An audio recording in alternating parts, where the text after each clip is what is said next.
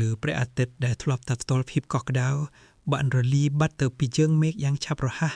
บนซอลตกเนื้อพิบงงึดโซนซุงได้สังกรุบหมกเลือภูมิโอดำบองสำหรับเนี่ยภูมิตีนี้เปลประลบมันแมนจิเปลเวเลียสำหรับดาวเล็งกำซาโนเต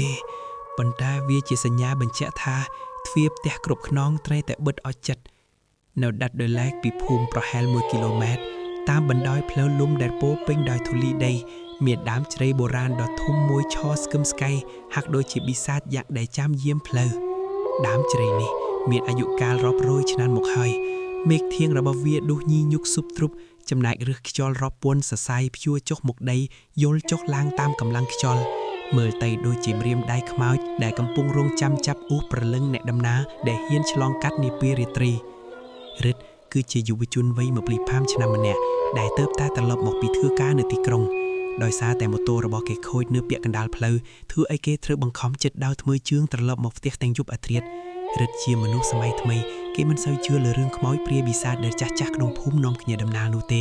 ตัวจีอย่างนาก็ได้เนื้อเปเดเชื่องระเบิดเกจับดามเชียนโจดอตำบอลดามเจริทุมอารมณ์คลาหันเตียงปนมานก็จับดามระลีบัดบันติกมาดองปริญญาการในจุมวินุสรับแต่ปลายจิตรจักสรุปเขาเพลย์ปีธรรมดาสำเร็จสัตว์ละเอิดได้ทวับแต่ยมอึ่งกองเป้งเปรย์ก็สรับแต่สกัดชึ้งโดยเกเจสมใบแตกฉอดบอกก็หักด้วยเชชุบดอกดังหามได้รึดเล็บตึกหมอดก็เอือกพเนกทั้งกูระบอกเกสำหลังตรองแต่มุกชี้เยี่ยมมันเงียกเมื่อชเฟงสดำปันตาตระเจียระบอกเกใบเจลือสู้สำเร็จจำไหลกันแต่จบาดวีเจสำเร็จซอยติ๊กเลียล้อมหนึ่งสำเร็จยุ่มศึกซัวได้อันใดเจงไปลือเมกเจริขบกสระละรึดคอมดาวไอเลื่อนจิงหมุนแบะดวงระบอกเกลูดยอบดิเจจองตู้เจนไปตรูนรุมไปเนาะเกลื่อนมายางบานพีมบบ้าจระมัวระบอกเกวีมันแมนเจเกลื่อนฟกาเปรนุเทปันตายวีเจเกลื่อนซุยระลุยด้วยสะซอบได้งอบรอบไข่มกหอยเกลื่อนนกกันแต่ทมเตอเนไปเดเกขัดแต่จิตก้นดำเจริเจียงระบอรึดสรับแต่มีอารมณ์ท่าทุ่นมันอาจงอแต่มกรุ่ยหักด้วยจิมินเอาไว้ไม่อยางมกปวดจุงวิงคือเจียงระบอเกบันเตียพเนจกสำลังเมื่อใดตึงยอรุนถุดให้เอาไว้เดเกบานเคยคือเรื่องเจริเวงได้กำปุงรมเกลียวคลุนด้วยสัตว์ปัวกำปุงรมปวดเจียงระบอเกอย่างแน่นรึดพี่เยี่ยมเรือบำระปันไตรึดแต่เรือหรือแตงโนรึดแต่รึดปันตังขนมเพียบตอกฉลุดนกเกบานเงือบมุกลางตัวเลอให้กระแสพเนกระบอกเกก็บานประสอบชมวยหนึ่งเอาไว้ไม่ย่างแต่เฟื่อไอเชียมขนมครูนระบอกเกตระแจกด้วยตะกอเนเลอเมจเรทมได้โยนจกล่างเกบานเคยเสยมันอยากเสียชุดซอเวงเสาะระบอกเนียงเวงอันไล่ถละหมกดอนได้บิดบังพเตมุกเปียกันดาเนียงกำปุงอังกุยโยนเชืองด้อยสงับสงัดปันไตเอาไว้ดารุนถุดบำพอดนกคือพเนกระบอกเนียงได้บรรจิงเป็นหรือปอกระหอมแฉะด้วยระเงอะเพลืองสำลังหมกจอมริดเตียงกำเฮงสำเร็งสติจับดาวลุนเลือกใบตระเจียระบอกเกทาแองจองเถนาเนยที่นี้จะมวยเยื่องเส้นหมอ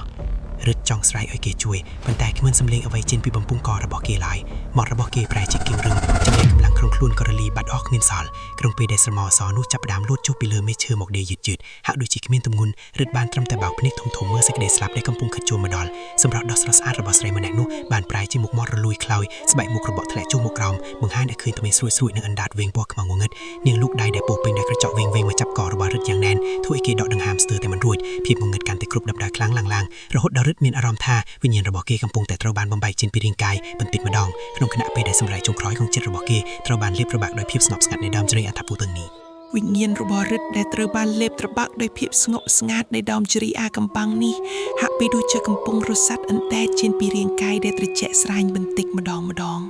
ขนมขณะในกระจักดอสรุยระบอกขมอยสไรนุลิกโจลกรงสบายกอระบอกเกกันแต่เจริญชิมสรอจับดามโฮสรดมูลอยได้โปปิงโดยสลึกจรีสงวด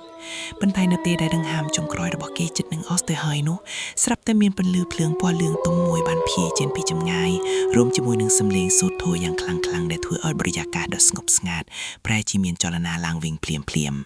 จูบเพลียมกุมปะปอลเกไอซะสำเลียงกระเฮิมดมีนอำนายระเบิดบรอจำนำมีอยากบานบรรลือลางกัดพีบมงดขมอยสรีได้เมียนมุกหมดระลุยคลอยโนบานเงียตรกประปุบสำเลียงรุยบึงเจงสำไรขโนยังกระเฮือดได้เถอให้รนตะเจกระบาริดสเตอร์แต่ทลีเจงเชียมเนียงบานกระวอดเรียงกายดอตึงซอยระบาริดแต่เบ้าหนึ่งกุลเจริญถมนุยังคลั่งรุยก็ระเลียบัดโจนตะกรังสระเมาดักขมางงดในเมฆเทียงเจริญดอถมนุบัดเตยหักโดยชิบแสงได้ตรึกชอลบอกโดยชนดแดรัดเด็กสตุกสตึงเลื่อนเดย์ตั้งดังหามยับเสียดพเนกระบอกเกเนื้อแต่บักทมสำเลืองเมื่อตะเลือเมฆได้ขมีนเป็นเลือพคายสวดระบอกเก็บชี้ยิ้มดอกยกชอลอากาศโจตะครึ่งคลวนวิ่งอย่างลำบากบ่มพดโลกตาสร้างได้เจกรูอากรมประจำภูมิโดยจำนานบานรถมอดอแต่งดังฮอกกอดบานเลิกจิงกิงเปล่งกัดมือมุกเร็ดแต่เปลี่ยนนิสลิกสลังโดยมนุษย์ลับบัตเตอร์ไฮในเลือกอระบอเล็ดเมนสนามเรียมได้ประสายปัวสไวเจียมอย่างจะบัชได้มือเตยโดยเจสนามระเลียกโดยสาเพลิงนรกในมันเงยหนึ่งระเลียบัตเตอร์วิ่งลอยเร็ดพยักลางเจ้า គុំតនអោទៅចៅតាលោកតាសាំងស្រែកហៅទាំងគ្រីបារម្ភយ៉ាងខ្លាំងរួចក៏ដកយកដបទឹកមុនទួយមួយមកប្រសាទលើផ្ទៃមុខដ៏ត្រជាក់របស់គេរឹតចាប់ដាំញាក់សាច់បន្តិចម្ដងរួចក៏កក់ចិញ្ចៀមពណ៌ខ្មៅងត់នកមួយកំណោធំគេព្យាយាមនិយាយតបទៅកាន់លោកតាវិញប៉ុន្តែគ្មានសំឡេងអ្វីចេញមកក្រៅពីសម្រែកសៅៗនៅគុនបំពង់កឡើយភ្នែករបស់គេពោពេញដោយភាពភ័យខ្លាចខ្លាំងបំផុតដែលមនុស្សលោកម្នាក់អាចនឹងជួបប្រទះក្នុងមួយជីវិតនេះលោកតាសាំងដកដង្ហើមធំទាំងក្តីកង្វល់រួចសម្លឹងមើលទៅដើមជ្រៃដ៏ធំសម្បើមនោះដោយខ្សែភ្នែកដែលពោពេញដោយការភ័យខ្លាចជ្រៅថាចាប់អារម្មណ៍ថាមានរឿងមិនស្រួលតាំងពីព្រលឹកម្ល៉េះនាងជ្រៃនេះវាមិនមែនគ្រាន់តែចង់សម្លាប់ចៅយុព្រលឹងធម្មតានោះទេវាបានដៅចំណាំវិញ្ញាណរបស់ចៅទុកជាកម្មសិទ្ធិរបស់វាហើយលោកតាបានប្រាប់ព្រឹត្តទាំងសម្លេងនេះញើខណៈដែលគាត់យកខ្សែចំណងដៃពណ៌ក្រហមដែលមានប្រសិទ្ធភាពខាងការពារព្រលឹងមកចងនៅកដៃរបស់រឹតយ៉ាងណែនដើម្បីការពារកុំឲ្យវិញ្ញាណរបស់គេត្រូវគេអូសទាញចេញម្ដងទៀតបានយ៉ាងងាយ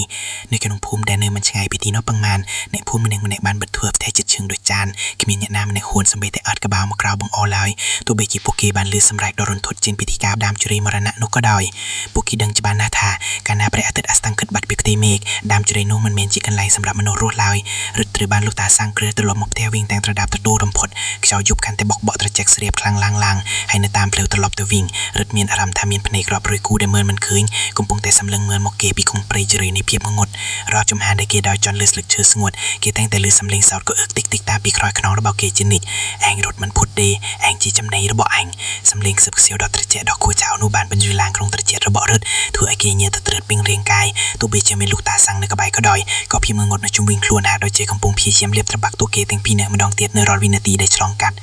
នៅពេលមកដល់ក្រោមផ្ទះលោកតាសាំងបានដាក់រឹតឲ្យដេកលើគ្រែឈើប៉ុន្តែអ្វីដែលគួរឲ្យរន្ធត់បំផុតដែលធ្វើឲ្យលោកតាស្ទើរតែលែងចង់ជឿភ្នែកខ្លួនឯងនោះទេគឺនៅពេលដែលពន្លឺភ្លើងជាងចាំងក្នុងរបស់រឹតលោកតាបានឃើញស្នាមរបស់ស្បៃដែលចេញជារូបរាងមេឃជ្រៃលុនក្រវ៉ាត់ពេញក្នុងរបស់រឹតយ៉ាងក្រាស់ឃ្មឹកនេះមិនមែនជាការលងបន្លាចធម្មតាទេប៉ុន្តែវាជាបណ្ដាសាជាមរណៈដែលនឹងដេញតាមរឹតរហូតដល់ដង្ហើមចុងក្រោយប្រសិនបើពួកគេមិនអាចរកឃើញអាកំបាំងខ្មៅងងឹតដែលលោកទុកក្នុងដើមជ្រៃនោះឲ្យឃើញតាន់ពេលទេនោះរឹតដេកថ្មិចថ្នេកទាំងទឹកភៀវហួសស្រស់ដោយភាពអស់សង្ឃឹមកុំចិត្តរបស់គេដឹងច្បាស់ណាស់ថារាត្រីដ៏រន្ធត់នេះទើបតែជាការចាប់ផ្ដើមនៃគ្រោះថ្នាក់ដ៏ធំប៉ុណ្ណោះ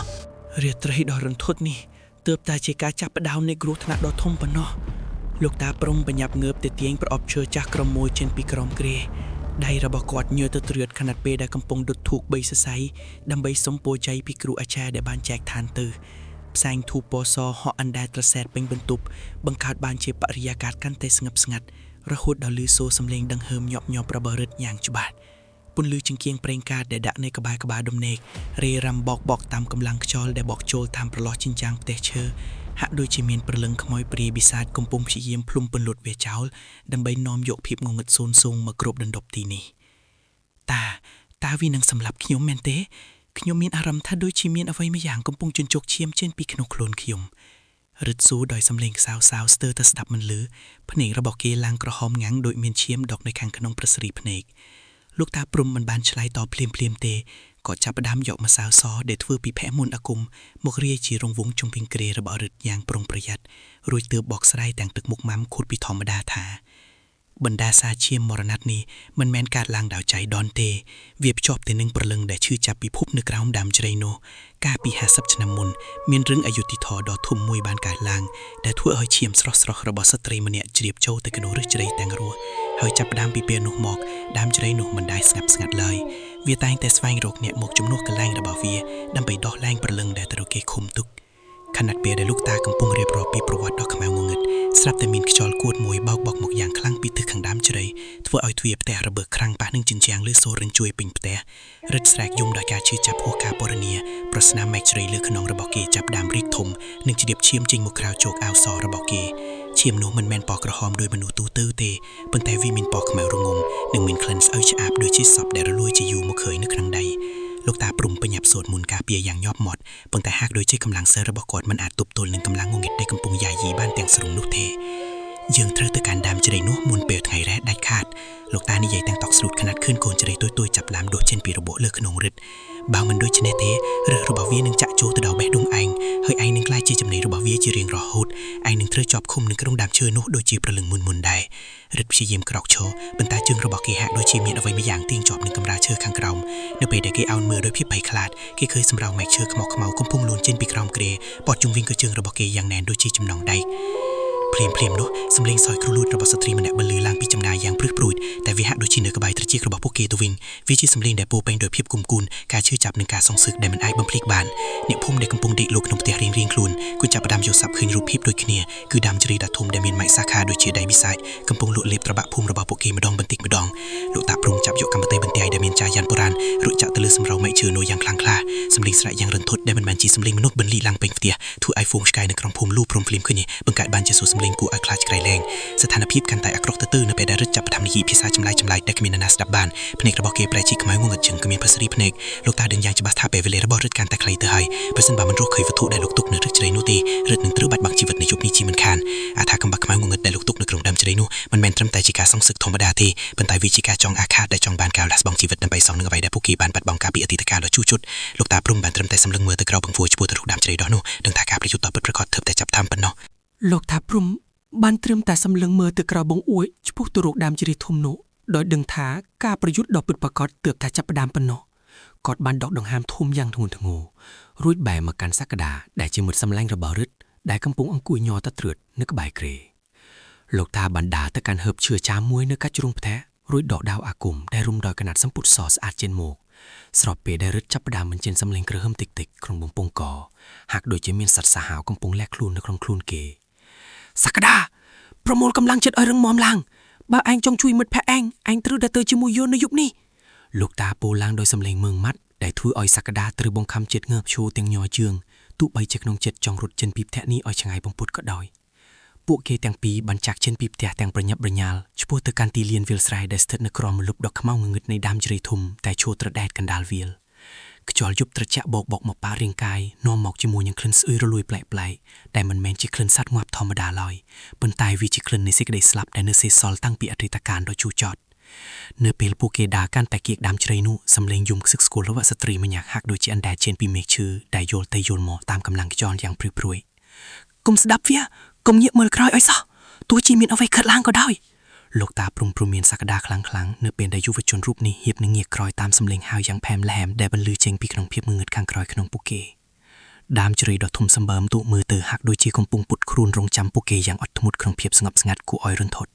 ឬរបស់វាដែលដូចចាក់ស្រីលឿដីមើលទៅដូចជាម្រាមដៃខ្មោចដែលត្រៀមនឹងលូកមួយចាប់ជើងអាចដែលហ៊ានចូលក្បែរអាណាចក្ររបស់វាលោកតាព្រំបានឈប់នៅចំពោះគល់ជ្រៃឬដកធូបបីសរសៃមកអ៊ុចដោយប្រើអាគមភ្លុំភ្លើងធូបមិនបានឆេះពណ៌ក្រហមដូចធម្មតាទេប៉ុន្តែវាបញ្ចេញពន្លឺពណ៌ខៀវស្រងាត់គួរឲ្យព្រឺក្បាលបំផុតលោកតាបានចាប់ដើមសូត្រអាគមកណ្ដេញវិញ្ញាណអាក្រក់យ៉ាងរហ័សខណៈដែលសក្តាចាប់ដើមប្រើជប់ជីកដីនៅចន្លោះឬជ្រៃដែលធំជាងគេបំផុតតាមការបង្គាប់របស់លោកតាទាំងក្តីបារម្ភជីកបានជម្រៅប្រហែលពីហាត់ភាពត្រជាក់ស្រពន់ចាប់ដើមជ្រាបចូលតាមរាមដៃរបស់សក្តារហូតដល់ថ្នាក់គេស្ទើរតែលែងមានកម្លាំងលើកចប់បន្តទៀតស្រាប់តែបោកសម្លេងផ្លែចប់បាក់នឹងវត្ថុរឹងម្យ៉ាងបានបន្លឺឡើងយ៉ាងច្បាស់វាមិនមែនជាថ្មឬជាឫសឈើឡើយប៉ុន្តែវាជាហឹបឈើតូចមួយដែលរុំដោយកណាត់សួតពណ៌ក្រហមចាស់ដែលប្រឡាក់ទៅដល់ឈាមស្ងួតពណ៌ខ្មៅរងើមនៅខណៈដែលហឹបនោះត្រូវបានគេប៉ះពាល់ស្រាប់តែមានសម្លេងសោកខំរំពងចេញពីដើមជ្រៃធ្វើឲ្យស្លឹកឈើទាំងឡាយញ័ររន្ធត់ដោយមានខ្យល់ភេជុបបកខ្លាំងស្រាមមកខ្មៅស្រពីស្រពិលចាប់ដើមលេចចេញពីមេឃឈើហោះចុះមកពុតជុំវិញពួកគេទាំងពីរក្នុងលបឿនយ៉ាងលឿនគួរឲ្យតកធ្លុតពួកឯងគ្មានសិទ្ធិប៉ះពាល់វាទេជីវិតត្រូវសង់ដោយជីវិតសម្លេងស្រែកយ៉ាងសាហាវខួរខោដែលចេញពីមាត់ខ្មោចដើមជ្រៃនោះបានធ្វើឲ្យសក្តាដួលផ្ងាក្រោមដោយភាពទុក្ខធ្លុតគេខ្លាំងលោកតាព្រំបានលើកដាវអាគមឡើងខ្ពស់រួចសូត្រគីថាការពារខ្លួនភ្នែករបស់លោកតាសម្លឹងទៅកាន់ព្រលឹងដែលកំពុងខឹងសម្បានោះដោយមិនញញើតឡើយឈាមដែលប្រឡាក់លើកណាត់សូត្ររំហឹបនោះចាប់ផ្ដើមហួរស្រុកមកលើដីម្ដងមួយទំនក់យ៉ាងរស់រួយហាក់ដូចជាវានៅមានជីវិតស្រស់ៗនៅឡើយក្នុងពេលជាមួយនោះទេនៅឯផ្ទះវិញរឹតដែលកំពុងត្រូវបានចងជាប់នឹងសាសាផ្ទះចាប់ផ្ដើមស្រស់ជុំយ៉ាងឈឺចាប់ខ្លាំងហើយប្រកាច់យ៉ាងសាហាវព្រោះព្រលឹងខ្មោចដើមជ្រៃកំពុងព្យាយាមកន្ត្រាក់យកវិញ្ញាណរបស់គេចេញពីរាងកាយដើម្បីជាការព្រាមានដល់លោកតាព្រំឲ្យដកថយលោកតាដឹងយ៉ាងច្បាស់ថាហឹបជើអថាកំបាំងនេះគឺជាគន្លឹះនៃបណ្ដាសាដែលចងអាឃាតយូរមកហើយប៉ុន្តែការបើកវាក៏អាចជាការដកលែងនូវគ្រោះថ្នាក់ដ៏ធំធេងដែលអ្នកភូមិបានកប់ទុកជាច្រើនទសវត្សរ៍មកហើយដែរហើយលោកតាក៏មិនដឹងថាតើកំហឹងអាគមរបស់ខ្លួនអាចទប់ទល់នឹងកំហឹងរបស់ពួកកជ្រុលនេះបានដល់ពេលណានោះទេលោកតាព្រំបានត្រឹមតែសម្លឹងមើលទៅក្រៅបង្អួយឆ្ពោះទៅរកដើមជ្រៃធំនោះដោយដឹងថាការប្រយុទ្ធដ៏ពិតប្រាកដទើបតែចាប់ផ្ដើមប៉ុណ្ណោះគាត់បានដកដង្ហើមធំយ៉ាងធ្ងន់ធ្ងររួចបែរមកកាន់សក្តាដែលជាមិត្តសម្លាញ់របស់រឹតដែលកំពុងអង្គុយញ័រតត្រឿតនៅក្បែរគ្រែលោកតាបានដើរទៅកាន់ហឺបឈើចាមមួយនៅកាច់ជ្រុងផ្ទះរួចដកដាវអាគមដែលរុំដោយកណាត់សម្ពុតសស្អាតចេញមកស្របពេលដែលរឹតចាប់ផ្ដើមបញ្ចេញសម្លេងក្រហមតិចក្នុងបំពង់កហាក់ដូចជាមានសត្វសាហាវកំពុងលាក់ខ្លួននៅក្នុងខ្លួនគេសក្តា ប្រមូលកម្លាំងចិត្តឲ្យរឹងមាំឡើងបើឯងចង់ជួយមិត្តភក្តិឯងត្រូវតែទៅជាមួយយន្តនៅយុគនេះលោកតាពោលឡើងដោយសំឡេងម៉ឺងម៉ាត់ដែលធ្វើឲ្យសក្តាត្រូវបង្ខំចិត្តងើបឈរទាំងញ័រជើងទោះបីជាក្នុងចិត្តចង់រត់ចេញពីផ្ទះនេះឲ្យឆ្ងាយបំផុតក៏ដោយពួកគេទាំងពីរបានចាក់ចេញពីផ្ទះទាំងប្រញាប់ប្រញាល់ឆ្ពោះទៅកាន់ទីលានវាលស្រែដែលស្ថិតនៅក្រោមម្លប់ដ៏ខ្មៅងងឹតនៃដើមជ្រៃធំតែឈរត្រដែតកណ្ដាលវាលខ្យល់យប់ត្រជាក់បោកមកប៉ារាងកាយនាំមកជាមួយនឹងក្លិនស្អុយរលួយប្លែកៗដែលមិនមែនជាក្លិនសត្វងាប់ធម្មតាឡើយប៉ុន្តែវាជាក្លិននៃសេចក្តីស្លាប់ដែលនៅសេសសល់តាំងពីអតីតកាលដ៏ជូរចត់នៅពេលពួកគេដើរកាន់តែគៀកដើមជ្រៃនោះសំឡេងយំខ្សឹកស្កួលរបស់ស្ត្រីម្នាក់ហាក់ដូចជាអណ្ដែតចេញពីមេឃឈើដែលយល់ទៅយល់មកតាមកម្លាំងខ្យល់យ៉ាងព្រួយព្រួយកុំស្ដាប់វាកុំងាកមើលក្រោយឲ្យសោះទោះជាមានអ្វីកើតឡើងក៏ដោយលោកតាព្រមមានសក្តាខ្លាំងនៅពេលដែលយុវជនរូបនេះហៀបនឹងងាកក្រោយតាមសំឡេងហៅយ៉ាងផែមល្ហែមដែលបន្លឺចេញពីក្នុងភាពងងឹតខាងក្រោយក្នុងពួកគេដើមជ្រៃដ៏ធំសម្បើមទូកមើលទៅហាក់ដូចជាកំពុងពុតខ្លួនរងចាំពួកគេយ៉ាងអត់ធ្មត់ក្នុងភាពស្ងប់ស្ងាត់គួរឲ្យរន្ធត់រិះរបស់វាដែលដូចចាក់ស្រីលឺដៃមើលទៅដូចជាម្រាមដៃខ្មោចដែលត្រៀមនឹងលូកមួយចាប់ជើងអាចដែលហ៊ានចូលក្បែរអាណាចក្ររបស់វាលោកតាព្រំបានឈប់នៅចំពោះគល់ជ្រៃឬដកធូបបីសរសៃមកអ៊ុចដោយប្រើអាគមភ្លុំ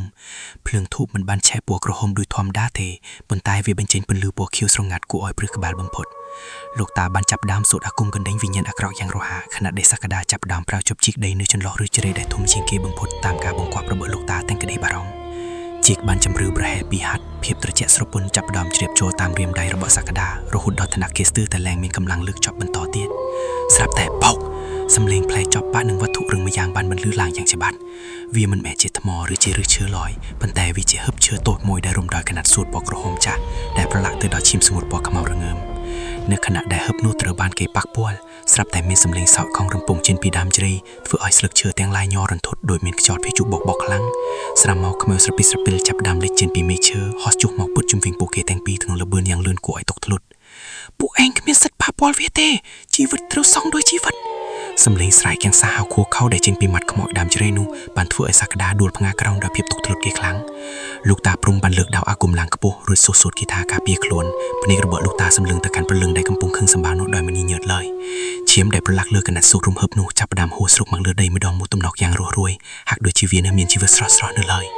ក្នុងពេលជាមួយនោះទេនៅឯផ្ទះវិញរឹតដែលកំពុងត្រូវបានចងជាប់នឹងសាសាផ្ទះចាប់ផ្ដើមស្រស់ជុំយ៉ាងឈឺចាប់ខ្លាំងហើយប្រកាច់យ៉ាងសាហាវព្រោះព្រលឹងខ្មោចដើមជ្រៃកំពុងព្យាយាមកន្ត្រាក់យុវិញ្ញាណរបស់គេចេញពីរាងកាយដើម្បីជាការព្រាមានដល់លោកតាព្រមឲ្យដកថយលោកតាដឹងយ៉ាងច្បាស់ថាហឹបជើអថាកំបាំងនេះគឺជាគន្លឹះនៃបណ្ដាសាដែលចង់អាឃាតយូរមកហើយប៉ុន្តែការបើកវាក៏អាចជាការដកលែងនូវគ្រោះថ្នាក់ដ៏ធំធេងដែលអ្នកភូមិបានកប់ទុកជាច្រើនទសវត្សរ៍មកហើយដែរហើយលោកតាក៏មិនដឹងថាតើកំហឹងអាគមរបស់ខ្លួនអាចទប់ទល់នឹងកំហឹងរបស់ពុកកជ្រុលនេះបានដល់ពេលណានោះទេលោកតាព្រំបង្ខំកម្លាំងដែលនៅសេសសល់ក្នុងកាយដើម្បីក្រោកឈរឡើងវិញទាំងដឹងហឹមញាប់ញ័រខណៈដែលភ្នែករបស់លោកតាសម្លឹងមើលទៅសមោលវិញ្ញាណដែលកំពុងហោះឆ្ពោះទៅរកផ្ទះរបស់រិទ្ធយ៉ាងលឿនបំផុតលោកតាដឹងយ៉ាងច្បាស់ថាពេលវេលាមិនរងចាំលោកតាឡើយព្រោះវិញ្ញាណសងសឹកនោះមិនត្រឹមតែចង់សម្លាប់រិទ្ធម្នាក់ប៉ុណ្ណោះទេប៉ុន្តែនឹងចង់បំផ្លាញអ្នកភូមិទាំងមូលឲ្យវិញ្ញាណសូន្យតែម្ដងលោកតាបានស្ទុះរត់ទៅកាន់គល់ដើមជ្រៃធំវិញទាំងដដាបដួលបើទោះបីទីជើងទាំងពីររបស់លោកតាចាប់ផ្ដើមទុនជ្រីនិងមានអាការៈអស់កម្លាំងយ៉ាងណាក៏ដោយខ្យល់យប់ដ៏ត្រជាក់ស្រៀបបោកបកាត់ផ្ទៃមុខលោកតាបន្លឺសំឡេងដូចជាសម្រែកនៃព្រលឹងខ្មោចដែលកំពុងយំសោកពេញអាកាសហាក់ដូចជាចង់រារាំងដំណើររបស់លោកតាកុំឲ្យទៅដល់គោលដៅក្នុងពេលជាមួយគ្នានោះនៅផ្ទះរបស់រិទ្ធដែលស្ថិតនៅដាច់ឆ្ងាយពីគេបន្តិចរិទ្ធកំពុងតែអង្គុយភ័យញ័រទៅត្រើតក្នុងភាពងងឹតស្លុបក្នុងចិត្តរបស់គេមានអារម្មណ៍មិនល្អតតែសោះស្រាប់តែមានខ្យល់គួចយ៉ាងខ្លាំងបោកបទ្វារផ្ទះរបស់គេឲ្យរបើកភូងធ្វើឲ្យរិទ្ធលោតព្រឺតក្នុងចិត្តក្លិនសុរិរលួយដោយសពសត្វដែលងាប់យូរថ្ងៃបានភាយចូលមកក្នុងបន្ទប់យ៉ាងលឿនធ្វើឲ្យរិទ្ធចាំងចង្អោស្រមោលខ្មៅសពិតស្រពិលដែលសក់វិញអឡាយបាដីនឹងភ្នែកក្រហមចែកដូចរូងភ្នំភ្លើងបានលេចឡើងនៅមាត់ទ្វារយឺតរិទ្ធព្យាយាមស្រែកហៅឲ្យគេជួយប៉ុន្តែហាក់ដូចជាមេដៃដែលមើលមិនឃើញមកខ្ទប់មាត់គេជាប់ធ្វើឲ្យគេបញ្ចេញសំឡេងបានត្រឹមតែការធ្ងន់តិចៗនៅក្នុងបំពង់កប៉ុណ្ណោះវិញ្ញាណស្រីនោះបានសម្លឹងមកចាំរៀតដោយកែវភ្នែកដែលគ្មានក្តីមេត្តាឬក៏ហោះសម្ដៅទៅរកកញ្ចឹងករបស់រិទ្ធក្នុងបំណងបញ្ចប់ជីវិតរបស់គេដើម្បីឲ្យបណ្ដាសានេះពេញលេងតាមការសង្សឹកជុំក្រោយរបស់នាងឲ្យបានសម្រេចត្រឡប់មកកាន់គល់ដើមជ្រៃធំវិញលោកតាព្រមបានទៅដល់កន្លែងដែលរិទ្ធស្រីឌូប្រតាកលាគ្នាដូចជាសម្ដាញ់ពីបាក់នឹងចូលលោកតាបានលុតជង្គង់ចូលឬប្រើកំបិតបន្តសឹកដែលជាវត្ថុស័ក្តិសិទ្ធិតាំងពីបុរាណមកចាក់ទម្លាស់ដីនៅចន្លោះឫសជ្រៃដែលព័ទ្ធជុំវិញកន្លែងលាក់រូបចម្លាក់ឈើនោះយ៉ាងប្រញាប់ប្រញាល់រាល់ពេលដែលលោកតាចាក់កំបិតចូលទៅក្នុងដីម្ដង សម្លេងស្រែកធ្ងន់ជាងពីក្រំដីកាន់តែខ្លាំងឡើងហាក់ដូចជាដីនោះមានវិញ្ញាណដែលកំពុងឈឺចាប់យ៉ាងខ្លាំងរូបចម្លាក់ឈើនោះត្រូវបានគប់ជ្រោទៅក្នុងដីដែលជាចំណងនៃបណ្ដាសានិងជាកន្លែងផ្ទុកនូវធម៌ពលអវិជ្ជមានទាំងអស់របស់វិញ្ញាណសំសឹកលោកតាព្រមដកដង្ហើមយប់ញ័រញៀហូស្រុកជោគចិញ្ចាំងមុខបើទោះបីជាអាកាសធាតុត្រជាក់ដកឆ្អឹងយ៉ាងណាក៏ដោយក៏កម្ដៅពីក្នុងដីចាប់ផ្ដើមភាយឡើងមកប៉ះនឹងរាងកាយលោកតាដែរទីបំផុតលោកតាព្រមបានជីឃើញរូបចម្លាក់ឈើដែលរុំដោយសម្ពុតក្រហមចាស់និងមានចាអក្សរមុនខ្មៅងងឹតគួរឲ្យខ្លាចរូបចម្លាក់នោះមានសភាពរលួយខ្លះៗប៉ុន្តែនៅតែបញ្ចេញនូវធម៌ពលដ៏មហិមាដែលធ្វើឲ្យដៃលោកតាញ័ររន្ធត់ស្ទើរតែទប់មិនជាប់ក្នុងពេលជាមួយគ្នានោះវិញ្ញាណដែលកំពុងតែឈោងដៃទ្រពពេញជង្គង់របស់រៀបស្រាប់តែបដួលទឹកមុខទៅជាជួយចាប់ខ្លាំងបំផុតនាងបានស្រែកយ៉ាងខ្លាំងមួយទំហំដែលធ្វើឲ្យកញ្ចក់បង្អប់ផ្ទៃរបស់រៀបផ្ទុះបែកខ្ទេចខ្ទីអស់ពេញដីនាងដឹងថាមូលដ្ឋាននៃធម៌ពលរបស់នាងកំពុងត្រូវបានរំខានដោយនរណាម្នាក់នាងបានបោះបង់រៀនមួយឡែករួចហោះត្រឡប់មកកាន់ដើមជ្រៃវិញក្នុងលុបបឿនដែលលឿនដូចភ្លៀងបន្តដើម្បីការពាររូបចម្លាក់នោះលោកតាព្រមប្រញាប់ដកទៀនមុនមកអ៊ុចបានថាភ្លើងទៀនមិនព្រមចាក់ឡើយដោយសារតែឥទ្ធិពលងងឹតនៃជំនាញនោះខ្លាំងពេកភ្លាមនោះវិញ្ញាណសងសឹកបានមកដល់និងនាងបានប្រែធម៌ពលបករូបកាយរបស់លោកតាព្រមឲ្យខ្ទាក់ទៅបុកនៅដើមឈើធំធ្វើឲ្យលោកតាដួលស្លាប់បាត់ស្មារតីមួយផាំងទាំងឈាមហូរមាត់រូបចម្លាក់ឈើបានធ្លាក់ចេញពីដៃលោកតាទៅលើដីខណៈដែលវិញ្ញាណនោះឈើពីលើវាសម្លឹងមើលលោកតាព្រមដោយកំហឹងដែលកាឡើងជាលំដាប់នាងបានលើកដៃឡើងត្រៀមនឹងកំទេលោកតាព្រមដែលជានារីរាំងភ្លឺរបស់នាងចោលភ្លាមប៉ុន្តែក្នុងភាពងងឹតស្លុបនោះរូបចម្លាក់ឈើចាប់ផ្ដើមបញ្ចេញពន្លឺពណ៌ក្រហមឆៅឬក៏មានហ្វៃឧចចេញមកដូចជាមានភ្លើងជិតឆេះពីខាងក្នុងយ៉ាងសន្ធោសន្ធៅលោកតាព្រមដែលកំពុងស្លាប់នោះមិនបានដឹងឡើយថាការសួតមន្តមួយនេះរបស់លោកតាបានចាប់ផ្ដើមមានប្រសិទ្ធភាពហើយប៉ុន្តែតើលោកតាអាចដឹងក្នុងតាន់ពេលដើម្បីបញ្ចប់កិច្ចការដ៏គ្រោះថ្នាក់នេះឬក៏វិញ្ញាណនាងនឹងអាចបញ្ចប់ដំណើរការរត់រូបចម្លាក់នេះបានមុនពេលគ្រប់យ៉ាងហួសពេលដោះស្រាយភាពតានតឹងបានកើតឡើងដល់កម្រិតកំពូលខណៈដែលជួបវាសនារបស់ភូមិទាំងមូលស្ថិតនៅរូបចម្លាក់ឈើដែលកំពុងឆេះនោះជោគវាសនារបស់ភូមិទាំងមូលដែលស្ថិតនៅលើរូបចម្លាក់ឈើកំពុងឆេះនោះចាប់ផ្ដើមប្រែប្រួលយ៉ាងលឿនខណៈដែលពន្លឺពណ៌ក្រហមឆ្អៅបានភាយចេញពីខាងក្នុងសាច់ឈើយ៉ាងសំថោលោកតាព្រំដែលដេកស្ទោកស្ទឹងលើដីចាប់ផ្ដើមរើបំរាតិចខណៈដែលក្លិនផ្សែងឈើអប់លាយឡំនឹងក្លិនឆ្អាបខាប់បានហុកចូលក្នុងរន្ធច្រមុះរបស់គាត់លោកតាបើកភ្នែកឡើងទាំងស្រវាំងរួចក៏ឃើញរូបចម្លាក់នោះកំពុងរលាយសាច់ឈើបន្តិចម្ដងហាក់ដូចជាមានកំអែភ្នំភ្លើងកំពុងហូរចេញពីខាងក្នុងយ៉ាងក្តៅគគុកប៉ុន្តែភ្លាមនោះខ្យល់ព្យុះដ៏ត្រជាក់ស្រេបមួយបានបោកបក់មកយ៉ាងខ្លាំងរហូតធ្វើឲ្យស្លឹកជ្រៃរាប់លានសន្លឹកធ្លាក់ចុះមកដូចជាទឹកភ្លៀងស្លឹកឈើសំឡេងស្រែកយំយ៉ាងក្រលួចដែលស្ដាប់ទៅហាក់ដូចជាចេញមកពីក្នុងចម្រោយដីដ៏ជ្រៅបានបន្លឺឡើងធ្វើឲ្យព្រលឹងលោកតាស្ទើរតែលួចចេញពីទ្រូងដោយភាពតក់ស្លុតបំផុតវិញ្ញាណខ្មោចស្រីដែលធ្លាប់តែលាក់ខ្លួនក្នុងស្រមោចឈើពេលនេះបានលេចរូបរាងឡើងយ៉ាងច្បាស់នៅចំពោះមុខលោកតាព្រំ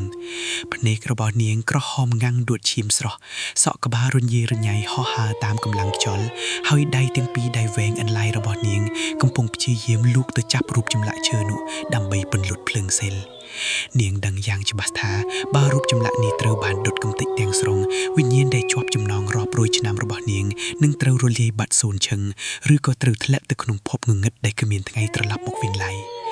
ឈប់ភ្លាមកុំបំផ្លាញផ្ទះរបស់អានសំឡេងនោះក្រហមឡើងយ៉ាងរន្ធត់ធ្វើឲ្យដើមជ្រៃទាំងមូលញ័ររញ្ជួយដីលោកតាព្រមប្រឹងដកដង្ហើមញប់រួចក៏ព្យាយាមលូកដៃទៅក្នុងថង់យាមដែលនៅក្បែរនោះដើម្បីទាញយកដល់ប្រេងសីចុងក្រោយចេញមកការពារខ្លួនដៃរបស់លោកតាញ័រទៅត្រឹកព្រោះកម្លាំងងងឹតដ៏មហិមាពីវិញ្ញាណនាងកំពុងសង្កត់លើទ្រូងលោកតាយ៉ាងខ្លាំងរហូតស្ទើរតែដកដង្ហើមមិនចេញ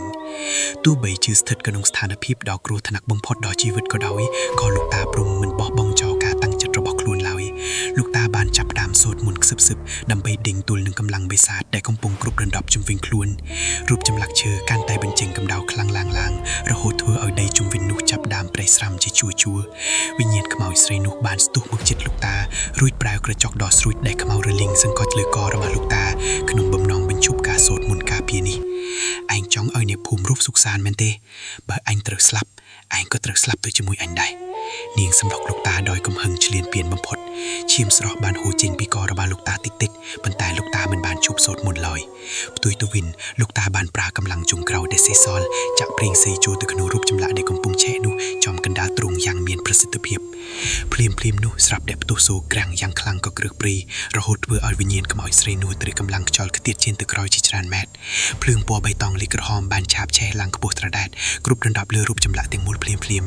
រូបចម្លាក់ឈើដែលធ្លាប់តែជារបស់តំណាងឲ្យការចងចាំដ៏ឈឺចាប់ នឹងការសង្សឹកពេលនេះបានចាប់ផ្ដើមរលាយទៅជាភេទផងបន្តិចម្ដងកម្លាំងរឹងជួយដេបានសាយភាយពេញព្រៃកាត់តាមភូមិដែលអ្នកភូមិកំពុងដេកមិនលក់ដោយភាពភ័យខ្លាចពួកគេបានឃើញពលឺដ៏ចម្លាយចេញពីទិសដើមជ្រៃធំហើយក៏នាំគ្នាភ័យស្លន់ស្លាមិនដឹងថាមានរឿងអ្វីកើតឡើងឡើយលោកតាព្រំដកដង្ហើមធំទាំងលំបាកខណៈដែលឃើញវិញ្ញាណនាងចាប់ផ្ដើមរលាយរូបរាងបន្តិចម្ដង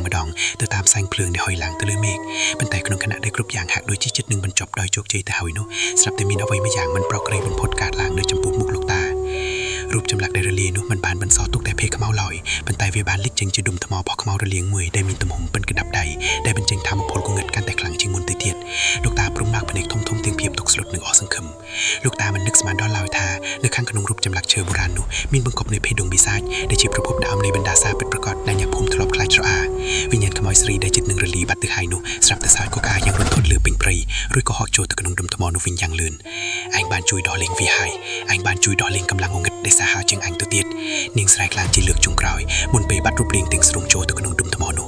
លោកតាព្រមដឹងខ្លួនភ្លាមថាពេលនេះលោកតាមិនមែនកំពុងកម្ចាត់វិញ្ញាណខ្មោចធម្មតាឡើយប៉ុន្តែលោកតាកំពុងតែបើកទ្វារឲ្យបិសាចបុរាណដែលត្រូវបានឃុំទប់កណ្ដាលជ្រៃនេះរាប់ពាន់ឆ្នាំមកហើយបានជិតមកក្រៅវិ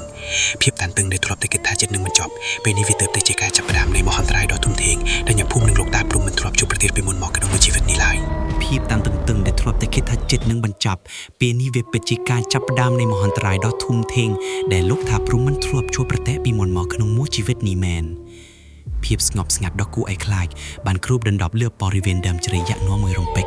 ប៉ុន្តែវាមិនមែនជាភាពស្ងប់ស្ងាត់ដែលនាំមកនូវសេចក្តីសុខឡើយលោកតាព្រំឈរថ្មឹងទាំងញ័រដៃភ្នែកសម្លឹងមកទៅដុំថ្មបុរាណដែលឥឡូវនេះកំពុងបញ្ចេញពន្លឺពណ៌ក្រហមឆ្អៅដូចជាឈាមស្រស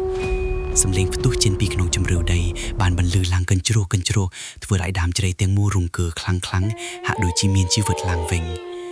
ឬជ្រៃធំដែលធ្លាប់តែដុះស្ងៀមស្ងាត់ក្នុងដីរាប់រយឆ្នាំបានចាប់ផ្ដើមរមូលក្រពើខ្លាំងរួចក៏ងើបឡើងមកលើផែនដីដូចជាសត្វពុះយ៉ាក់កំពុងវាយរំបាត់រកចំណីដើម្បីបំបត្តិការស្រេកឃ្លាន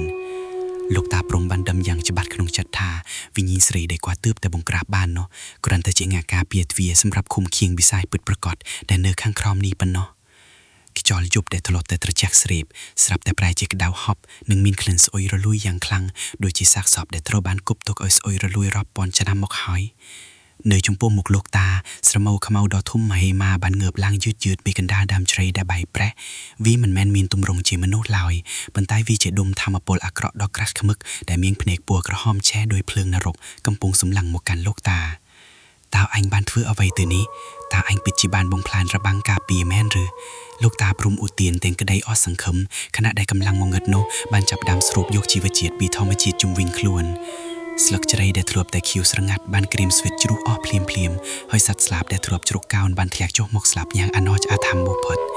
នេះមិនមែនជាវិញ្ញាណខ្មោចដែលចង់អាឃាតធម្មតាឡើយតែវាជាមហាកាលដែលជាបិសាចបុរាណក្នុងរឿងព្រេងដែលគេជឿថាត្រូវបានទេវតាឃុំទុកតាំងពីសម័យកោដ្ឋផែនដីមកម្ល៉េះព្រាមនោះសម្លេងក្រហីមដ៏សាហាវព្រៃសាយមួយបានបន្លឺឡើងកក្រាបផ្ទៃមេឃនិងញ័ររន្ទត់ដល់បេះដូងធ្វើឲ្យអ្នកភូមិដែលកំពុងដេកលោកក្នុងផ្ទះរៀងខ្លួនត្រូវភ្ញាក់ឡើងទាំងភិតភ័យញ័រខ្លួនដោយកូនសត្វសំឡេងនោះមិនមែនជាសំឡេងសត្វឬសំឡេងមនុស្សឡើយវាជាសំឡេងដែលចេញពីជម្រៅផែនដីដ៏ជ្រៅបំផុតដែលពោពេញដោយកំហឹងដែលត្រូវបានសន្សំទុករាប់ពាន់ឆ្នាំមកហើយលោកតាព្រំព្យាយាមលើកជួយច្រត់មន្តអាគមរបស់គាត់ឡើងដើម្បីសូត្រព្រះបរិត្តការពារភូមិជាចុងក្រោយប៉ុន្តែជួយច្រត់ដែលធើបតែមានឫទ្ធិអំណាចខ្លាំងក្លានោះបែរជាប្រែបែកជាកំតិចភ្លាមដោយសារតែកម្លាំងសម្ពាធដ៏មហិមារបស់បិសាចដែលបញ្ចេញមកវាខ្លាំងពេកវាលើសពីអ្វីដែលមនុស្សលោកអាចទប់ទល់បានលោកតាព្រំដកដង្ហើមញាប់ញ័រញើសហូរស្រោយពេញខ្លួនទោះបីជាខ្យល់បក់ខ្លាំងយ៉ាងណាក៏ដោយក្នុងខណៈដែលភាពអស់សង្ឃឹមជុំមកគ្រូមែនដប់ស្រមោលខ្មៅនោះបានចាប់ផ្ដើមបែកចេញជាដុំទួយរួចហោះឆ្ពោះទៅរកភូមិដែលស្ថិតនៅមិនឆ្ងាយប៉ុន្មានពីដើមជ្រៃលោកតាដឹងយ៉ាងច្បាស់ថាបើមិនព្រមលះបង់អ្វីមួយដើម្បីបញ្ចប់វាទេយប់នេះនឹងក្លាយជាយប់ចុងក្រោយនៃជីវិតនៃភូមិដែលស្រួលត្រង់ទាំងអស់គាត់បានសម្រេចចិត្តប្រើប្រាស់មន្តអាគមចុងក្រោយដែលគ្រូរបស់គាត់បានហាមឃាត់ដាច់ខាតមិនឲ្យប្រើលុះត្រាតែដល់ជំនួយស្លាប់រស់នៃលោកីនោះគីយញ្ញាបូជាវិញ្ញាណដែលជាការជួយជីវិតខ្លួនឯងទៅដោះដូរនឹងការបង្ខាំងសត្រូវលោកតាបានអង្គុយចុះរៀបចំឥរិយាបថសមាធិយ៉ាងរឹងមាំបំផុតទោះបីជាឫសជ្រៃដែលដូចជាដែកថែបកំពុងព្យាយាមមករុំផុតជើងរបស់គាត់ក៏ដោយបើទោះជាត្រូវរលាយរូបកាយបាត់បង់ជីវិតក៏អញមិនឲ្យឯងទៅបំផ្លាញអ្នកភូមិបានតាមចិត្តឡើយគាត់ស្រែកឡើងខ្លាំងឬចាប់ដើមសូត្រមន្តដែលមានសូរសៀងចម្លែកនិងរំញ័រខ្លាំងរហូតដល់ខ្យល់ព្យុះនៅជុំវិញខ្លួនចាប់ផ្ដើមវាត្រប់មកវិញតាមការបង្កប់របស់គាត់ប ប៉ុន្តែអ្វីដែលធ្វើឲ្យលោកតាព្រមរុនធត់បងផុតនិងស្ទើរតែបាត់បង់នូវចង្ការនោះគឺស្រមោលវិសាលមកមិនបានតតាំងជាមួយលោកតាដោយប្រើកម្លាំងបាយឡើយផ្ទុយទៅវិញវាបានបញ្ចេញសម្លេងសើចលក់លើយដែលស្ដាប់ទៅដូចជាសម្លេងមនុស្សម្នាក់ដែលលោកតាធ្លាប់ស្រឡាញ់និងនឹកញាបំផុតកាលពីអតីតកាលព្រមឯងភ្លេចហើយឬថាអ្នកណាជាអ្នកបង្កើតឯងមកឯងភ្លេចការសន្យានៅក្រុមដើមជ្រៃនេះកាលពី50ឆ្នាំមុនហើយមែនទេសម្លេងនោះបានធ្វើឲ្យលោកតាព្រមភាំងស្មារតីមួយរំពេចនិងធ្វើឲ្យការសូត្រមន្តឬអាខានថាកំបាំងខ្មៅងងឹតដែលលោកតាលាក់ទុកក្នុងជំរឿចិត្តជាច្រើនទសវត្សរ៍មកហើយហាក់ដូចជាត្រូវបានលាតត្រដាងនៅចំពោះមុខវិសាចដ៏កំណាត់នេះឈាមស្រស់ៗរបស់លោកតាបានចាប់ផ្ដើមហូរចេញពីភ្នែកត្រចៀកនិងច្រមុះដោយសារតែការទប់ទល់នឹងធម្មពលវិសាចផងនិងការរំជើចិត្តផងខណៈដែលរូបរាងពិតរបស់វិសាចនោះចាប់ផ្ដើមលេចចេញជារូបរាងបន្តិចម្ដងដែលធ្វើឲ្យលោកតាព្រមស្ទើរតែមិនជឿនឹងភ្នែកខ្លួនឯងឡើយលោកតាព្រំសម្លឹងមើលទៅមុខទាំងញ័ររន្ធត់ខណៈដែលរូបរាងពិតរបស់បិសាចនោះកាន់តែច្បាស់ទៅនៅចំពោះមុខភ្នែកដែលពោពេញដោយឈាមរបស់លោកតារូបរាងដែលលេចចេញមុខនោះមិនមែនជាបិសាចមុខមាត់អាក្រក់គួរឲ្យខ្លាចដោយអ្វីដែលលោកតាធ្លាប់ស្រមៃឡើយប៉ុន្តែគឺជាស្ត្រីម្នាក់ដែលមានផ្ទៃមុខស្លេកស្លាំងតែនៅតែរក្សាបាននូវសម្រស់ដ៏ស្រស់ស្អាតកាលពី50ឆ្នាំមុននាងគឺបុប្ផាជាស្រីម្នាក់ដែលលោកតាធ្លាប់ស្រឡាញ់ស្ទើរលេបនិងបានសន្យាថានឹងការពារនាងឲ្យដល់ទីបំផុតក្រោមដើមជ្រៃនេះស្នាមញញឹមដ៏ត្រជាក់ស្រេបរបស់នាងបានធ្វើឲ្យខ្យល់អាកាសជុំវិញប្រែជាកក់ឈាមហើយនាងសម្លឹងមើលមកលោកតាដោយកែវភ្នែកដែលពោពេញដោយការឈឺចាប់និងគំនុំដ៏ជ្រៅបំផុតព្រំឯងចំណាយពេល50ឆ្នាំក្នុងអាវសូត្រដើម្បីបិទបាំងរឿងខ្មៅងងឹតដែលឯងបានធ្វើមែនទេសម្លេងរបស់នាងញ័ររន្ធត់ហាក់ដូចជាចេញមកពីជម្រៅដីដ៏ត្រជាក់លោកតាព្រំធ្លាក់ខ្លួនដល់ដីខណៈដែលឫសដើមជ្រៃចាប់ដើមរុលឡើងមកព័ទ្ធជុំវិញខ្លួនលោកតាដូចជាសត្វពស់ដែលស្រេកឃ្លានក្នុងចិត្តរបស់លោកតារូបភាពកាលពីអតីតកាលបានហូរចូលមកដោយទឹកបាក់ទំនប់កាលនោះអ្នកភូមិបានចោទកាត់កាន់បុប្ផាថាជាអធិមុខនាំគ្រោះចង្រៃដល់ភូមិហើយពួកគេបានដេញសម្លាប់នាងរហូតដល់ក្រោមដើមជ្រៃនេះព្រំដែលកាលនោះជាយុវជនម្នាក់បានត្រឹមតែឈរមើលដោយភាពភ័យខ្លាចមិនហ៊ានលូកដៃជួយសូម្បីតែបន្តិចទោះបីជានាងស្រែកហៅឈ្មោះលោកឲ្យជួយយ៉ាងណាក៏ដោយការក្បត់នឹងពាក្យសន្យានិងភាពកំសាបក្រុងគ្រានោះបានคล้ายជាបាបកម្មដែលតាមលងបន្លាចលោកអស់មួយជីវិតទើបលោកតាសម្រេចចិត្តរៀនអាគមដើម្បីការពារអ្នកភូមិនិងដើម្បីរំងាប់វិញ្ញាណនាងខ្ញុំសុំទោសបុប្ផា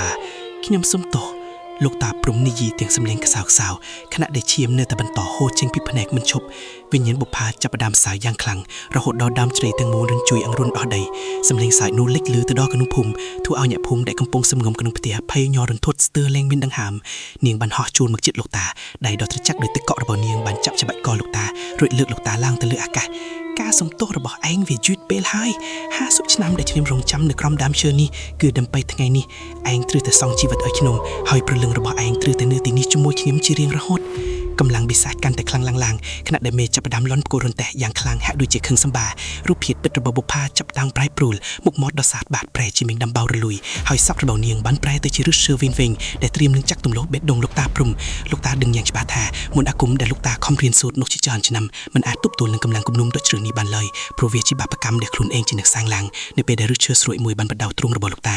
តាក៏បានសម្រេចចិត្តទម្លាក់ខ្សែផ្កាំចេញពីដៃរួចបិទភ្នែកទទួលយកវាសនាប៉ុន្តែភ្លាមនោះមានពន្លឺពណ៌សទាំងមុតទីវិញមីឡាបានចេះចេញពីកញ្ចប់យន្តដែលលោកតាបានទុកក្នុងអាវដែលជាយន្តចុងក្រោយដែលលោកតាគ្រោះនឹងប្រាក្រុមកាត់នេះស្លាប់រស់តែប៉ុណ្ណោះពន្លឺនោះបានធ្វើឲ្យវិញ្ញាណបុប្ផាស្រែកយំដោយការឈឺចាប់និងថយក្រោយបន្តិចលោកតាព្រមធ្លាក់មកដល់ដីដាក់ដង្ហើមហត់ញាប់បុប្ផាបើជីវិតខ្ញុំអាចលៀងបាបបានខ្ញុំនឹងឯនាងតែសូមកុំធ្វើបាបអ្នកភូមិអីលោកតាស្រែកឡើងតែកម្លាំងចុងក្រោយវិញ្ញាណខ្មៅដើមជ្រៃបានប្រែជាខឹងសម្បាកាន់តែខ្លាំងនាងបានប្រមូលផ្ដុំផ្សែងខ្មៅងងឹតជុំវិញខ្លួនរួចបោះកម្លាំងងងឹតនោះសម្ដៅមកលោកតាដើម្បីបញ្ចប់ជីវិតឲ្យកាន់តែបានខ្យល់ព្យុះបានបោកបក់យ៉ាងខ្លាំងនៅជុំវិញដើមជ្រៃធ្វើឲ្យស្លឹកជ្រៃហក់ក្រវិលពេញអាកាសដូចជាវិញ្ញាណដែលកំពុងរំលែកចាំទទួលព្រលឹងថ្មីនៅចំកណ្ដាលនៃភាពវឹកវរនេះលោកតាព្រំបានឃើញរូបភាពចម្លែកមួយទៀតលេចចេញពីក្នុងដើមជ្រៃដែលធ្វើឲ្យលោកតាដឹងថាអថាកំបាំងនៃដើមជ្រៃនេះមិនមែនមានតែរឿងរបស់បុប្ផាម្នាក់នោះទេប៉ុន្តែក៏មានវត្តមានរបស់អ្វីម្យ៉ាងដែលគួរឲ្យខ្លាចជាងនេះទៅទៀតកំពុងលាក់ខ្លួននៅពីក្រោយវិញ្ញាណរបស់នាងដែលជាអ្នកបញ្ជាគ្រប់យ៉ាងតាំងពីដើមនោះរូបភាពចម្លែកដែលលេចឡើងពីក្នុងដើមជ្រៃនៅពីក្នុងដើមជ្រៃនៅពីក្រោយវិញ្ញាណរបស់បុប្ផានោះគឺជារូបរាងរបស់អស្រកាយខ្មែរងងឹតដ៏ធំមហិមាដែលមានភ្នែកក្រហមឆេះដោយភ្នក់ភ្លើងនរកកំពុងឈរត្របាញ់គ្រប់ដណ្ដប់លើនាងវាគឺជាមេអរៈដែលបានសន្ធិដ្ឋនៅក្នុងដើមជ្រៃនេះតាំងពីរាប់រយឆ្នាំមុនមកម្លេះដែលវាបានប្រើប្រាស់ការជឿចាប់និងគំនុំរបស់បុប្ផាធ្វើជាឧបករណ៍បិទបាំងដើម្បីទាក់ទាញនិងស្រូបយកព្រលឹងមនុស្សក្នុងភូមិមកធ្វើជាអាហារបង្កើនឫទ្ធិអំណាចងងឹតរបស់វានៅចំកណ្ដាលនៃភាពវឹកវរខ្យ ឆលភៀវបានបោកពុកកាន់តែខ្លាំងរហូតធ្វើឲ្យដីហុយត្រឡប់ត្រឡែនស្ទើរតែមើលអ្វីមិនឃើញប៉ុន្តែលោកតាព្រំនៅតែរក្សាជំហរយ៉ាងរឹងមាំជាមួយនឹងឈើច្រុតមន្តអាគមរបស់លោកតាបានដឹងយ៉ាងច្បាស់ថាប្រសិនបើលោកតាមិនអាចកម្ចាត់មេវិញ្ញាណដ៏កំណើតនេះបានទេមិនត្រឹមតែបុប្ផាទេដែលមិនអាចទៅចាប់ជាតិបានសូម្បីតែព្រលឹងអ្នកភូមិទាំងមូលក៏នឹងត្រូវធ្លាក់ក្នុងគ្រោះថ្នាក់ដ៏ធំធេងដែរលោកតាបានចាប់ផ្ដើមសូត្រមន្តជាយន្ទោយ៉ាងខ្លាំងៗដោយទឹកមុខមាស់មុតសំឡេងរបស់លោកតាបានបន្លឺឡើងកាត់ផ្ដាច់សំឡេងខ្យល់ព្យុះនិងសំឡេងសើចដ៏ក្រហីមរបស់អសុរកាយនោះឈើច្រុតមន្តអាគមរបស់លោកតាបានចាប់ផ្ដើមឆេះពន្លឺពណ៌មាសចែងចែងរៀលដល់ពេញបរិវេណដើមជ្រៃដូចជាខ្សែពួរនៃពន្លឺដែលព្យាយាមដេញចាប់ស្រមោលខ្មៅងងឹតរំពេចនោះវិញ្ញាណរបស់បុប្ផាចាប់ផ្ដើមស្រែកយំយ៉ាងឈឺចាប់ខ្លាំងៗព្រោះនាងត្រូវបានចងចាប់ជាមួយនឹងអសុរកាយនោះយ៉ាងណែនដែលពិបាកនឹងបំបែកលោកតាព្រំបានស្រែកប្រាប់នាងទាំងដង្ហើមយប់ស្ទើរថាបុប្ផាក្មួយត្រូវតែតស៊ូកុំឲ្យវាគ្រប់គ្រងចិត្តក្មួយទៀតអីចូលរំលឹកតសេចក្តីល្អនិងភាពស្ងប់ស្ងាត់ក្នុងចិត្តក្មួយទឹកភ្នែករបស់បុប្ផាបានហូរចុះមុខជាឈាមប្រឡាក់ពេញមុខនាងព្យាយាមរើបំរាស់ចេញពីកម្លាំងខ្មៅងងឹតដែលកំពុងរំពុតនាងការប្រយុទ្ធគ្នារវាងពន្លឺនិងភាពងងឹតបានឈានដល់ជំរុញកំពូលដែលមិនធ្លាប់មានដើមជ្រៃដ៏ធំសម្បើមចាប់ដើមរឹងជួរយ៉ាងខ្លាំងឬរបស់វាដែលលូនកាត់ដីដូចជាពស់ថ្លាន់បានងើបឡើងវាយប្រហារមកលើលោកតាពីគ្រប់ទីប៉ុន្តែលោកតាមិនដកថយឡើយលោកតាបានប្រមូលកម្លាំងចិត្តនិងសីលធម៌ដែលលោកបានសន្សំពេញមួយជីវិតរួចចាក់ជួយច្រូតចូលទៅក្នុងដីចំកណ្ដាលឬកែវនៃដើមជ្រៃនោះពន្លឺពណ៌សដ៏មហិមាបានផ្ទុះឡើងចេញពីដីធ្វើឲ្យអសុរកាយនោះស្រែកយំយ៉ាងលើវៃរហូតដល់រលាយរូបរាងបាត់ទៅក្នុងអាកាសធាតុដ៏ត្រចះវិញ្ញាណបុប្ផាដែលធ្លាប់តែមានមុខមាត់គួរឲ្យខ្លាចក៏បានប្រែមកជាមានសភាពស្រស់បំព្រងនិងមានពន្លឺពត់ជំនវិញខ្លួនដូចជាទេពធីតានាងបានលុតជង្គង់សំពះលោកតាព្រំដោយក្តីដឹងគុណយ៉ាងជ្រាលជ្រៅបំផុតមុនពេលរាងកាយនាងរលាយคล้ายជាពន្លឺទុយៗហោះទៅកាន់អខាវិហារដើម្បីទៅចាប់ជាតិថ្មីនៅពេលព្រលឹមស្រាងៗមកដល់ភាពស្ងប់ស្ងាត់ដ៏បរិសុទ្ធបានត្រឡប់មកគ្រប់កណ្ដាប់ភូមិនាងជាថ្មីដើមជ្រៃដែលធ្លាប់តែមានម្លប់ត្រជាងត្រចៃនិងគួរឲ្យខ្លាចឥឡូវនេះបានคล้ายជាគល់ឈើដែលជេរខ្លោចដោយសារអនុភាពនៃមន្តអាគមកែកម្ចាត់អំពើអាក្រក់លោកតាព្រំអង្គុយសម្រាប់បែកខ្នងនឹងគល់ឈើនោះអស់ទៅខ្លាំងខណៈបែរអ្នកភូមិចាប់ដើមនាំគ្នាធ្វើដំណើរមកមើលដែលក្តីភ្ញាក់ផ្អើលនិងភ័យអពួកគេបានឃើញលោកតាដែលរស់រានមានជីវិតនិងឃើញស្លាកស្នាមនៃសមរភូមិតសាហាវកាលពីយប់មិញដែលទើបតែបញ្ចប់មេភូមិនិងអ្នកភូមិជាច្រើនបានជួបមកសម្ភាសអរគុណលោកតាដែលបានលះបង់កម្លាំងកាយចិត្តដើម្បីរំដោះភូមិឲ្យរួចផុតពីបណ្ដាសារាប់ឆ្នាំមកនេះចាប់ពីគ្នានោះមកផ្លូវក្បែរដើមជ្រៃដែលគ្នាអ្នកហ៊ានដើរកាត់ក៏ក្លាយជាផ្លូវដែលពោពេញដោយសុវត្ថិភាពនិងភាពកក់ក្ដៅអ្នកភូមិបានជួយគ្នាជួសជុលលនុយនោះនិងសង់អាស្រមទូចមួយដើម្បីឧទ្ទិសកុសលដល់វិញ្ញាណបុប្ផានិងវិញ្ញាណផ្សេងៗទៀតដែលបានទៅកាន់សុគតិភពដោយសន្តិភាពរឿងរ៉ាវនេះខ្មោចដើមជ្រៃមិនមែនជារឿងសម្រាប់បន្លាចក្មេងទៀតឡើយប៉ុន្តែវាបានក្លាយជានីតិកាលអំពីការលះបង់សេចក្តីក្លាហាននិងជាចំណេះនៃអំពើល្អលើអំពើអាក្រក់ដែលស្ថិតនៅក្នុងចិត្តមនុស្សគ្រប់រូបលោកតាព្រំបានចំណាយពេលនៅសេសសល់ក្នុងជីវិតរបស់លោកដើម្បីបង្ហាត់បង្រៀនកូនចៅឲ្យស្គាល់ពីតម្លៃនៃធម៌និងការពីការខ្លួនពីភាពងងឹតដោយប្រោបញ្ញាសន្តិភាពបានត្រឡប់មកវិញនិងភូមិក៏លើមានសម្លេងយំសោកនៅពេលជប់រលប់ទៀតឡើយដោយជំនួសមកវិញនូវសម្លេងសើចសប្បាយ